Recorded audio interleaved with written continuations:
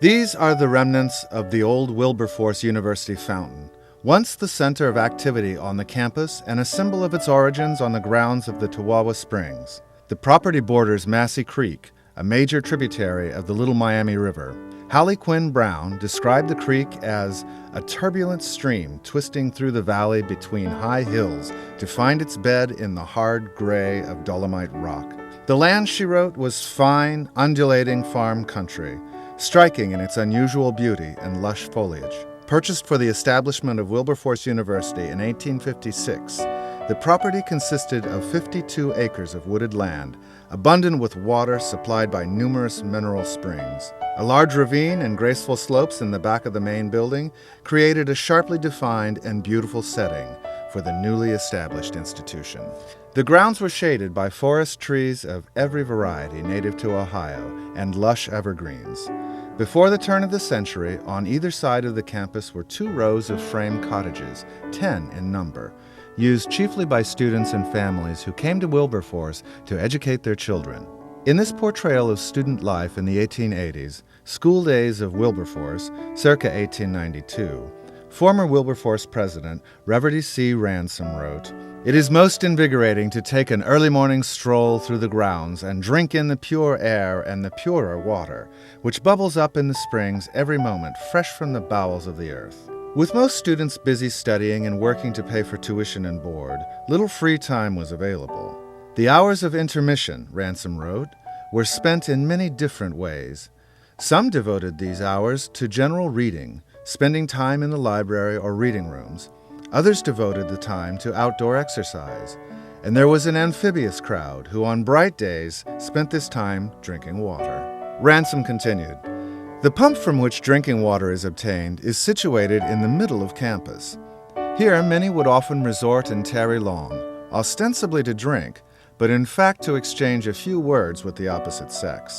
While association with the opposite sex is forbidden, the civilities of everyday life are not. Profiting by this, a young gallant would run the entire length of the campus to pump a pitcher of water for a lady and receive her thanks and a smile." The fertile farmland and plentiful springs played a significant role, both practically and symbolically, in the future development of the combined Normal and Industrial Department at Wilberforce University, or CNI, established in 1887.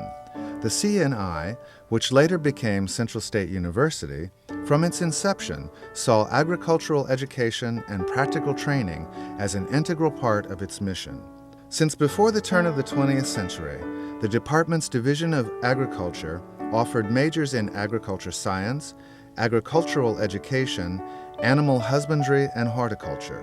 With 2 working farms serving as learning laboratories, students gain practical knowledge in modern farming methods in the areas of soil conservation and dairy, poultry, horticulture, and swine production. The farms served another vital purpose as well, providing the community and campus with fresh produce, dairy, and meat products. For example, in 1904, it was reported, "Last year we produced flour enough to furnish bread for the college until February 1st. Nearly all the pork and lard used in the dining hall for the year, all of the milk, and a great deal of the vegetables and eggs." The farms remained in operation until 1965. Graduates of the agricultural programs secured employment in high schools as teachers of vocational agriculture, county extension agents, farm superintendents, and independent farmers.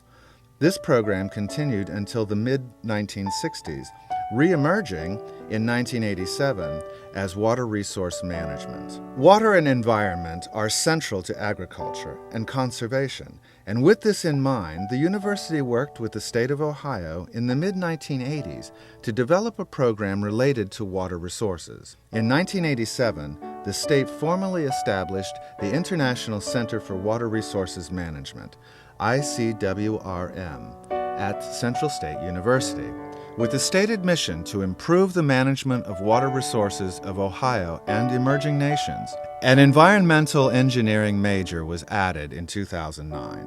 The sculpture in front of the McLinn Water Resource Management Building on the CSU campus, Life Source, by the artist Charles McGee, symbolizes that emphasis. The inscription reads, Big is the head that thinks and drinks deep from the spigot of eternal knowledge and quenches the thirst of inquisitive minds with life-sustaining fresh water. In 1909, a new fountain was erected on the site of the original Toowawa Springs fountain. The fountain was a gift from Bishop William B. Derrick in memory of his wife Lillian Derrick, who died in 1907. Through the fundraising efforts of the Wilberforce University Alumni Association, the fountain was transferred from the original campus to the new campus across U.S. Route 42 in 1974. The podcasts are a project of Central State University archivist Sheila Darrow and English professor Amy Hobbs Harris, and funded by the Central State University Office of the President and Office of Sponsored Programs and Research. Visit the university website at centralstate.edu.